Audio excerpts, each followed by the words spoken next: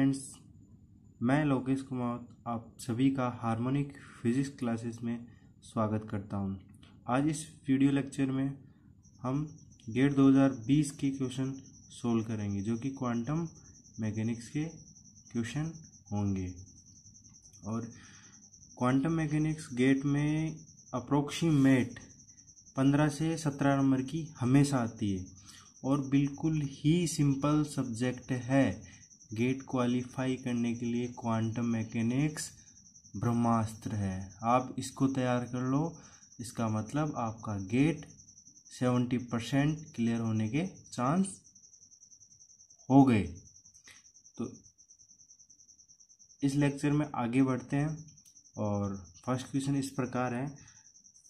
Late A and A dagger respectively denote the lowering and rising operator of a one-dimensional simple harmonic oscillator। ठीक है। let n be the energy state of the simple harmonic oscillator given that n is also an eigenstate of a dagger a the corresponding eigenvalue is। तो ये जो चीज़ है, ये जो quantity दे रखी है, ये क्या है? ऑपरेटर है। अब ऑपरेटर के करस्पॉन्डिंग ये क्या है? ये है आइगन स्टेट। अब आइगन स्टेट क्वांटम में जानते हैं हम, किसी भी आइगन स्टेट पर अगर ऑपरेटर ऑपरेट होता है तो उसके करस्पॉन्डिंग एक आइगन वैल्यू होती है। ठीक है, तो उसके लिए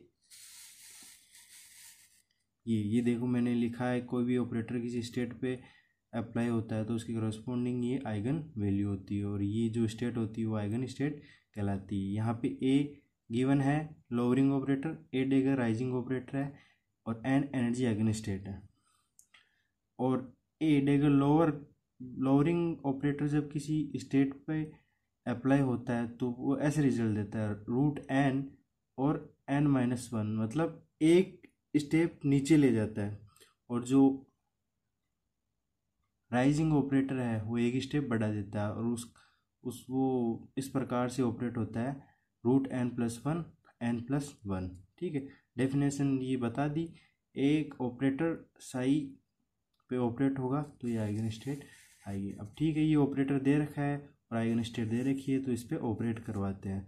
तो सबसे पहले ये इसके केट के रूप में ये ऑपरेट होगा।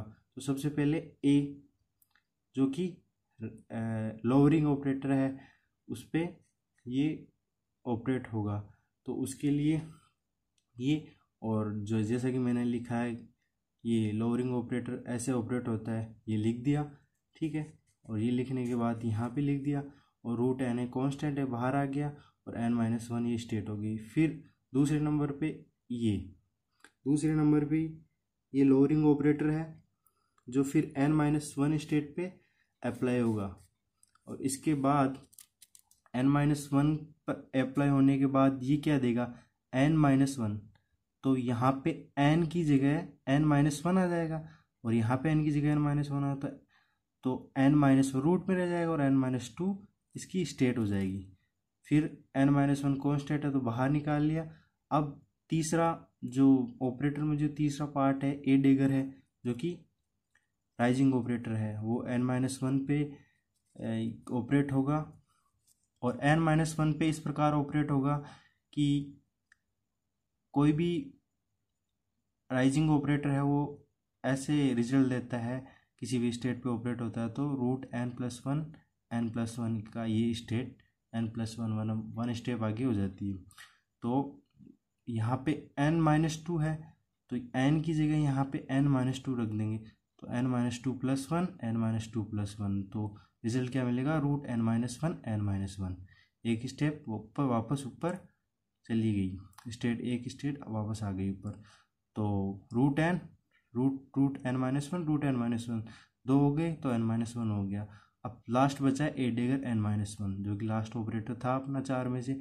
ए डेग पहले ए पर हुआ, फिर ए पर हुआ, फिर ए डेगर पर, फिर ए डेगर पे इस पे ऑपरेटर होगा, वही n की जगह n-1 रख देंगे तो ये मिलेगा अंतिम। ये जो रिजल्ट है वो रूट n-1 रूट n और n स्टेट मिलेगी। तो n-1 एन स्टेट, ये क्या केट मिल गया। तो इसके जिस ऑपरेटर के करस्पॉन्डिंग आइगन वैल्यू क्या मिली, एन एन माइनस वन, और ऑप्शन 4 से ये मैच करेगा। Option 4 is correct. Now next question इस प्रकार है, particle A with angular momentum J equal to 3/2 decay into two particle B and C with angular momentum J1 and J2 respectively. If ये J1 J2 के रूप में ये दे रखी है, स्टेट दे रखी है, और ये बी और सी में टूट जाएगा, और ये जो बीच में है ये एक डायरेक्ट प्रोडक्ट है जिसका खुद का एक इंडिपेंडेंट स्पिन होता है खुद की स्पिन स्टेट के लिए। वो किस प्रकार खुलेगा बताएंगे सॉल्यूशन में। The value of alpha is, alpha की वैल्यू पूछ रहा है, इस अल्फा की वैल्यू जो कि 1 बी, जो कि बी पार्टिकल है उसकी स्टेट के साथ मल्टीप्लाई में है।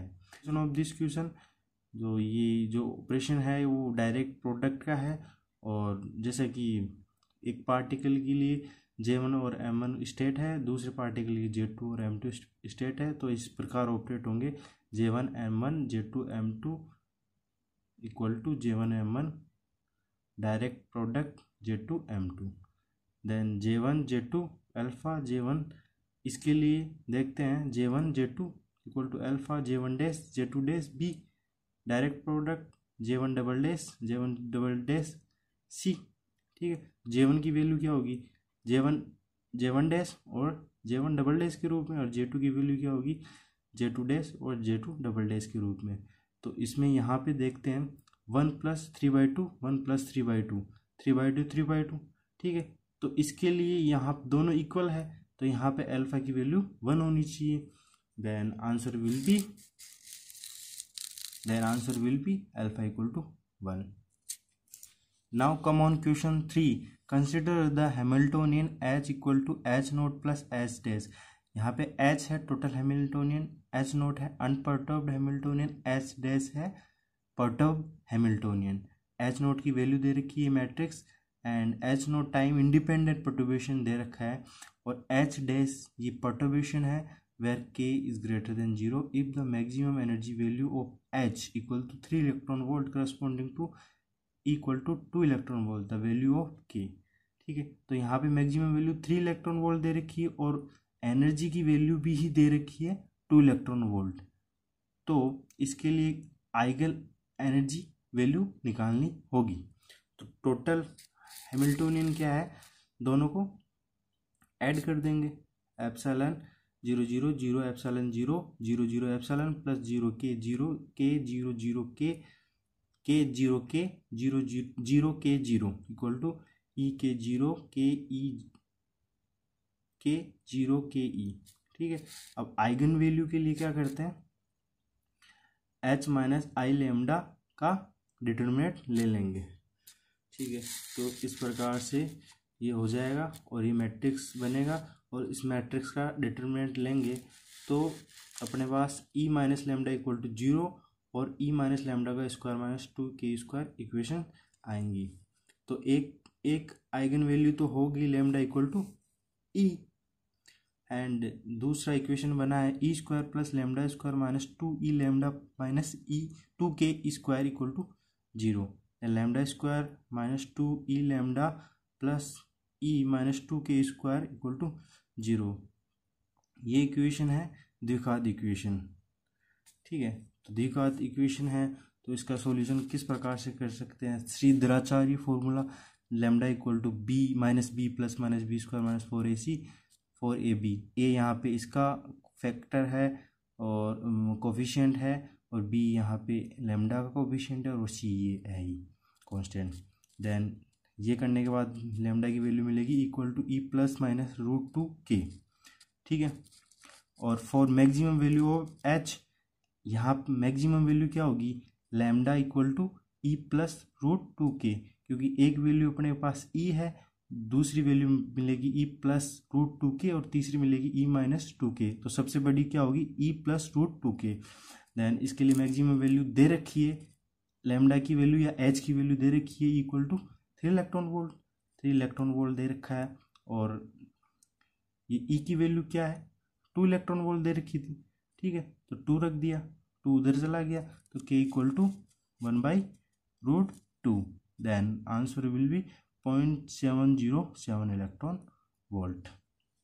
Question is that which one of the following matrices does not represent a proper rotation in a plane। Proper rotation की बात करते हैं, किसी भी मैट्रिक्स का अगर प्रॉपर रोटेशन देखना होता है तो उसका डिटर्मिनेंट हमेशा 1 होगा, उसका डिटर्मिनेंट हमेशा 1 होगा। ये नोट करने वाली बात है, प्रॉपर रोटेशन के लिए मैट्रिक्स का डिटर्मिनेंट 1 के इक्वल होता है। तो कौन सा नहीं है इसके लिए चेक करते हैं ऑप्शन उठा के। तो ऑप्शन 1 के लिए देखते हैं तो 1 आएगा। ऑप्शन 2 का डिटरमिनेंट देखते हैं तो cos square theta minus sine square theta आएगा, जो कि 1 के इक्वल नहीं है, जो कि 1 के इक्वल नहीं है। ठीक है, तो अपना ऑप्शन सही ये जाएगा। पूछा है does not represent a proper, तो वो ही रिप्रेजेंट नहीं करेगा जिसका डिटरमिनेंट 1 के इक्वल नहीं होगा। तो answer will B option 2। Now question 4. Now question 4. The Planck energy density distribution is given by U omega equal to h cut omega cube upon pi square c cube e की power h cut omega kbt minus 1. At long wavelength, the density of photon in thermal equilibrium with a cavity at temperature T varies as t की power alpha, the where alpha is L। तो यहाँ पे जो energy density है वो T की power alpha के अनुसार चेंज होती है। यहाँ हो रहा है, यहाँ पे अल्फा की वैल्यू पूछी है। एट लॉन्गर वेवलेंथ की बात करते हैं, अगर ब्लैक बॉडी रेडिएशन को याद है आप सभी को, वहाँ पे अगर वहाँ पे लॉन्गर वेवलेंथ की बात करते हैं तो आपको याद आना चाहिए रेलेज एनर्जी डिस्ट्रीब्यूशन। और अगर आपको सीधा फॉर्मूला याद है एनर्जी डेंसिटी के लिए, क्या होता है 8 पाई के टी अपॉन लैम्डा की पावर 4। तो यहाँ पे टी की पावर में क्या है, टी की पावर में 1 है, तो अल्फा की वैल्यू क्या होगी 1। ठीक है, अगर याद नहीं है तो इसमें भी कोई दिक्कत नहीं है, क्योंकि अपने को डिस्ट्रीब्यूशन दे रखा है। ठीक है, लॉन्गर वेवलेंथ का मतलब है लो फ्रीक्वेंसी का मतलब है K B T is greater than H cut omega. तो इसके लिए चूँकि ये टी ई की पावर में डिनोमिनेटर में है तो यहाँ पे वैल्यू कम हो जाएगी, इसका मतलब है इसको खोलना पड़ेगा। ये खुलेगा तो ई की पावर एक्स किस रूप में खुलता है, सीरीज के रूप में 1 + x square by 2 factorial plus x cube by 3 factorial, इस हिसाब से। तो इसको खोलेंगे उस हिसाब से 1 + h cut omega by K B T something adding and -1, ये वाला -1, तो 1 to 1 कट जाएगा। और हायर जो टर्म है उनको मैंने नेगलेक्ट कर दिया है, क्योंकि एक्सपेंशन में उनको नेगलेक्ट कर दिया जाता है, equal to H cut omega by K B T. तो यहाँ पे ये वैल्यू पुट करेंगे, then U omega equal to H cut omega cube pi square C cube H cut omega by K B T, ये ऊपर चला जाएगा। And then H cut omega से एक एच कट ओमेगा यहाँ पे स्क्वायर बचेगा, omega square by pi square C cube multiply K B T, then U omega proportional to T की पावर 1, देन टी की पावर अल्फा के अनुसार very होता है। तो यहाँ पे इन दोनों का कंपैरिजन करेंगे तो अल्फा की वैल्यू 1 मिलेंगे, तो alpha equal to 1। Now come on next question. A particle of mass m is located in a 3-dimensional cubic potential well with impenetrable walls. The degeneracy of the 5th excited state of the particle। 3D potential well they रखी है, तो 3D के लिए energy क्या होती है, pi square H cut square upon 2 M A square N X square plus N Y square plus N Z square. ये X coordinate के, Y coordinate and Z coordinate के जो घटक है वो यहाँ पे आएंगे। देन 3D ये क्यूबिक के लिए। ठीक है, अब मिनिमम वैल्यू क्या होगी, ग्राउंड स्टेट बोलते हैं। मिनिमम जहाँ पे एनर्जी की वैल्यू मिनिमम हो उसको क्या बोलते हैं, ग्राउंड स्टेट। ग्राउंड स्टेट के लिए इसका 1 1 1 ये युग्म बनता है। तो इसको देखते हैं, N X square plus N Y square plus N is equal, तो इसका 3। अब फर्स्ट एक्साइटेड स्टेट के लिए 3 से बड़ा होगा, ठीक है, स्वाभाविक है। तो इसके लिए युग्म बनेगा 1 1 2 और 1 2 1 2 1 1। ये डिजेनरेट है। डिजेनरेसी का मतलब है एक ही एनर्जी आइगन वैल्यू के करस्पॉन्डिंग अलग अलग वेव फंक्शन। तो यहाँ पे 3 वेव फंक्शन हो जाएंगे, 1 2 3 अलग अलग वेव फंक्शन, बट एनर्जी क्या होगी, 6 के मल्टीपल के रूप में ही होगी। यहाँ पे 6 आएगा, ये हट जाएगा। और सेकंड एक्साइटेड स्टेट में इससे ऊपर वाला 1 2 2 2 1 2 2 1 2, देन 6 से बड़ा 9, ठीक है। ये युग्म के रूप में, इनका स्क्वायर के रूप में 9 आएगा। ये थर्ड के रूप में 1 1 3 3 1 1 एंड 3 1 1, ठीक है, इसके लिए 11 मिलेगा, ठीक है। अब फोर्थ स्टेट के लिए 2 2 1 2 एंड 4 4 4, इनका स्क्वायर की वैल्यू एन स्क्वायर की वैल्यू 12 मिलेगी। एंड फिफ्थ के लिए 1 2 3 1 2 3, मतलब ये आपस में इंटरचेंज होंगे तो टोटल 6 स्टेट मिलेगी। कितनी, 6, मतलब डिजेनरेसी कितनी है इसकी, फिफ्थ स्टेट की पूछी यहाँ पे डिजेनरेसी। तो इसके लिए 6 युग्म बन रहे हैं, तो इसके लिए इसकी डिजेनरेसी किसके इक्वल होगी, 6 के equation, and our answer will be 6। Now next question, an electron in a hydrogen atom is in the state n equal to 3, l equal to 2, m equal to -2. Let Ly denotes the y component of the orbital angular momentum operator. If del y का whole square equal to alpha H cut square, the value of alpha is, यहाँ पे alpha की value पूछी है। और आप यदि आपको याद है एंगुलर मोमेंटम का जब यूनिट पढ़ते हैं जेटली में, ये 5th यूनिट है नॉर्डन जेटली में क्वांटम मैकेनिक्स, तो उसमें वैल्यू मिलती है डेल एक्स का स्क्वायर की वैल्यू मिलती है h cut square by 2 l l plus 1 minus m square. अब यहाँ पे एल की वैल्यू 2, एम की वैल्यू -2 पुट करेंगे तो यहाँ पे मिलेगा ओनली एच कट स्क्वायर। तो अल्फा की वैल्यू क्या इन और दे रखा है, डेल वाई का whole square equal to alpha H cut square, तो इसको इक्वल में लिखेंगे। तो इन दोनों का कंपेयर करेंगे तो अल्फा की वैल्यू 1 मिलेगी, एंड और answer will be alpha equal to 1।